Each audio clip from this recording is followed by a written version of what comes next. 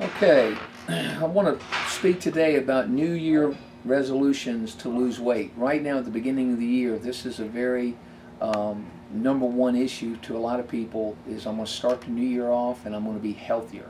And there's association right now that losing weight is an automatic relevance to better health.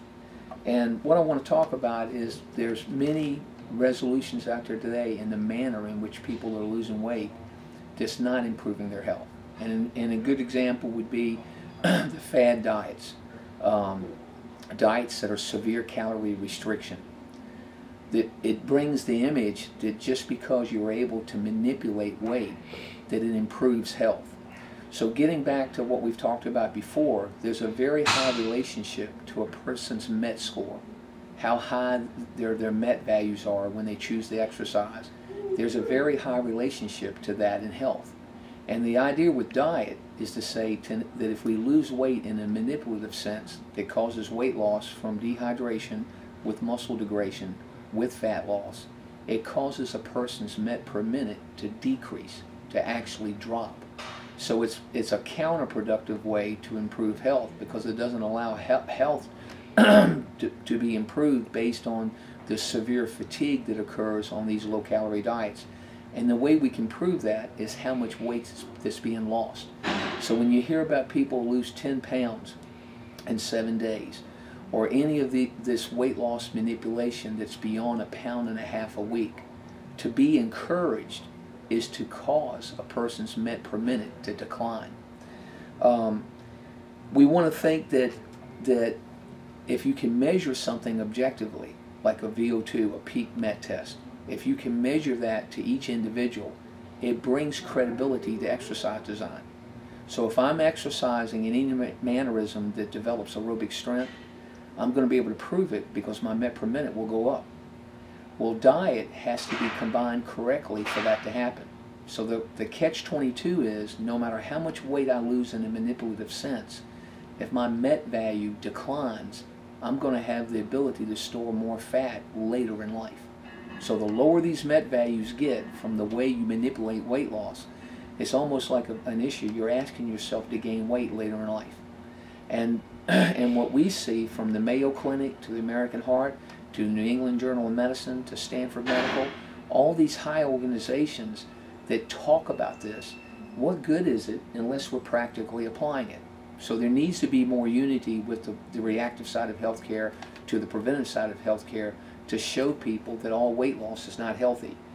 When I say companies promoting weight loss, right now people want to lose weight right now, immediately. They want to be able to say that I've got a certain amount of stored fat and I was able to lose it immediately, 30 pounds in 30 days.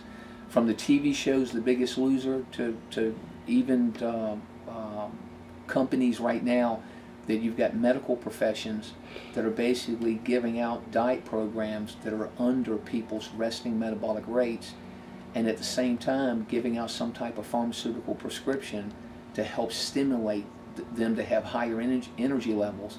Well, again, it's playing into this issue of all weight loss is healthy. I want to show a graph right now that shows what exercise, if it's done in a prescriptive way, how it affects metabolism. So much today, everybody's talking about metabolic rate or metabolism. And obviously there's many factors that contribute to metabolism. Even our hormonal systems, from the pituitary to other hormones that interact, that have great differences to people's ability to use fat for energy. Really what's more important than even those issues is how you eat in a mannerism that allows consistent aerobic strength training to be done in a manner that you can lead your MET scores getting better. And here's an example. Here's a graph that shows aerobic strength affects metabolism in many ways. So an example, take two people that have the same resting metabolic rate. This RMR of 1350 and this individual that has an RMR of 1350, look how these rings are identical. All right, so they both have the same resting metabolism. Now, let's say that on top of that they have the same occupation. let's say their daily activities, these are electricians, these are guys that do electrical work, and you see within their daily activities at work, the metabolic rings are identical. So you've got two factors here, what they burn at rest, 1350, and the type of jobs they have that affect metabolism. All right, both have the same job. Now one has the ability to run a 7-minute mile pace and hold that for an hour when he goes to do aerobic exercise. He's got the MET value, the fitness, to be able to do a 7-minute mile for 1 hour non-stop. The other individual can only do a 23-minute mile walk. This person who has a lower window of aerobic strength, you can see it displayed here in the metabolic ring. He has a smaller metabolic ring compared to the person who can run the 7-minute mile. Now, what we want people to understand is if you're on a diet that's under this RMR, you'll never cause this metabolic ring to go up. And unless this metabolic ring progresses, a person's ability to use fat all day long and other needs never goes up. So when you think of a person that can develop this much aerobic strength, it has to come from eating a diet that's above RMR.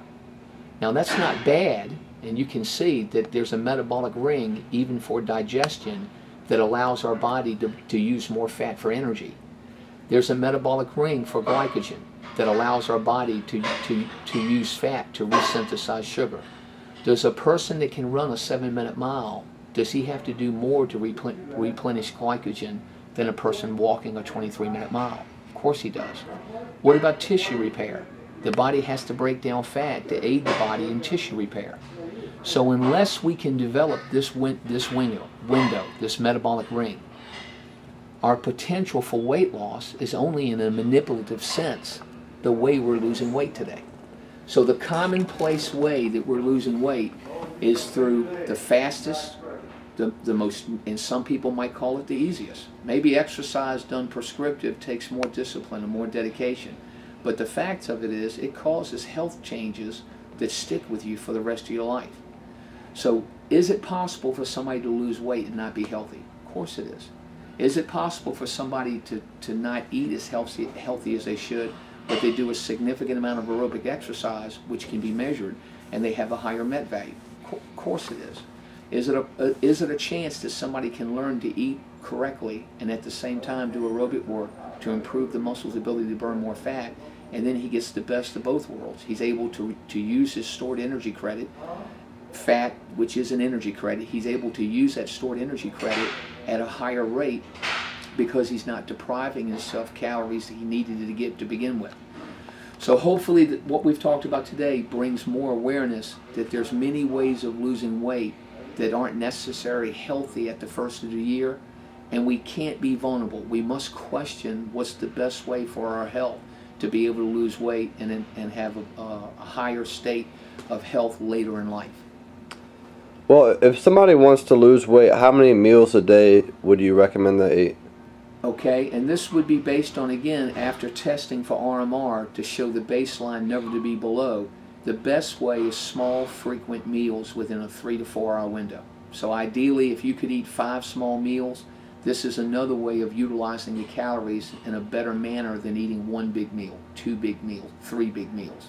So utilization of the calories, 5 small meals, you would do a better job by eating on that meal plan than eating bigger meals, smaller number.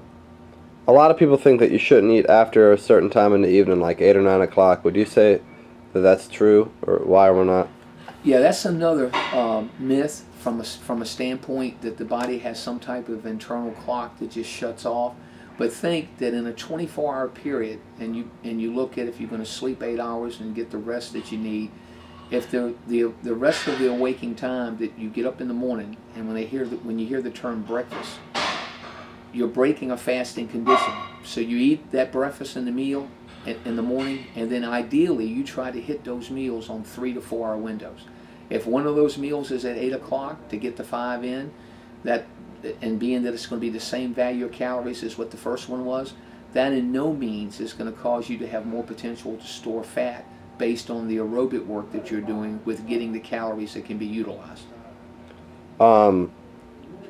People who are trying to gain or build muscle mass, a lot of people think that they need to really have a higher intake of protein than the average person. Would you say that that's true or false? Yeah, that's another myth. So if we're looking at right now strength training and we're lifting weights in a manner that promotes a progressive overload, the body adapts over time to be able to lift a certain weight for a certain number of reps, and that progresses to where the weights get heavier. That's what stimulates protein synthesis. So the idea is whatever your energy expenditure is a day, you're not going to be able to increase protein synthesis by eating more. That's just going to be shipped over and stored as fat. So ideally, you want to be having a diet that's high in carb, minimum protein, low fat. And when somebody talks about that I need 1 gram per pound or 1.5 grams per pound, it's an easy way to sell protein. It's just a marketing way of making it easy for a consumer to say, if I weigh 160 and I need 160 grams based on what it says on the label to be in a state to promote protein synthesis, well, again, we can look at 2 men that weigh the same, but I'm 30% fat, you're 3% fat, well, you've got more muscle. So how can we have the same protein need based on 1 gram per pound? If we've got the same amount of muscle, but you run 6 days, lift 4 days, I lift 2 days, do no running, well, your energy expenditure, even though we got the same muscle, your energy expenditure is 6 times higher than mine. So how much protein you need to take in a day is based on total expenditure. It has nothing to do with what you weigh and thinking that you have to have 1 gram per pound to be in a state to promote protein synthesis. Okay. And lastly, you kind of mentioned this earlier in this video concerning a MET score and a MET test. Is that a good way to measure somebody's health? That's the #1 indicator of health, even living in a disease state.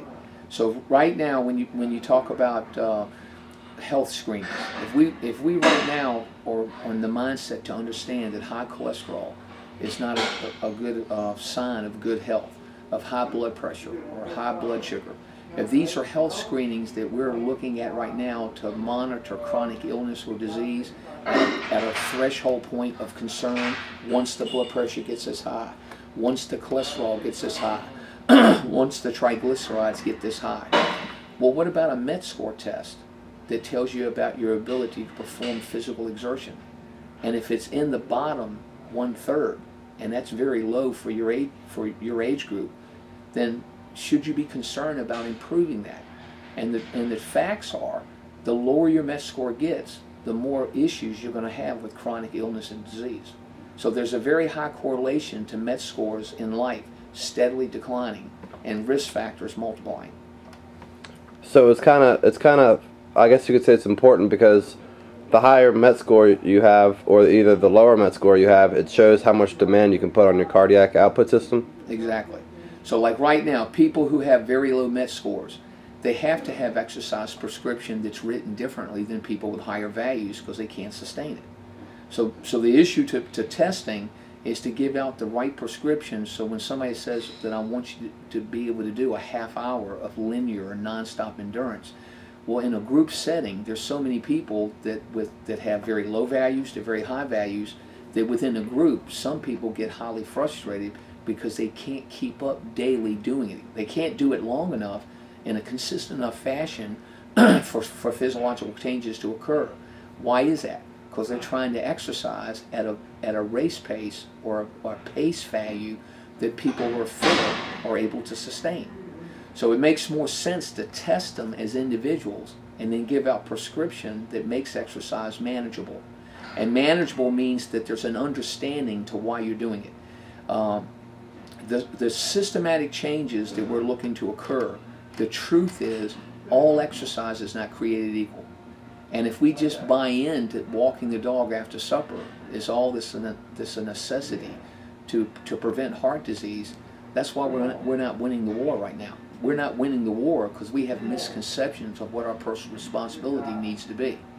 And if I'm fitter than another person, I can't maintain that fitness doing things that are underloading my system. So for somebody right now that can run a 5-minute mile and he's that fit that running that 5-minute mile, he's able to create a very high MET value. Walking a 23-minute mile is not going to improve his fitness. I'm not saying that he has to work every day up at that high value, because he can't possibly do it. But if he doesn't periodically challenge that system that he's developed, that system just keeps deteriorating as he gets older and older. All right. Thanks, everybody, for tuning in to True Fitness Solutions. Thank you.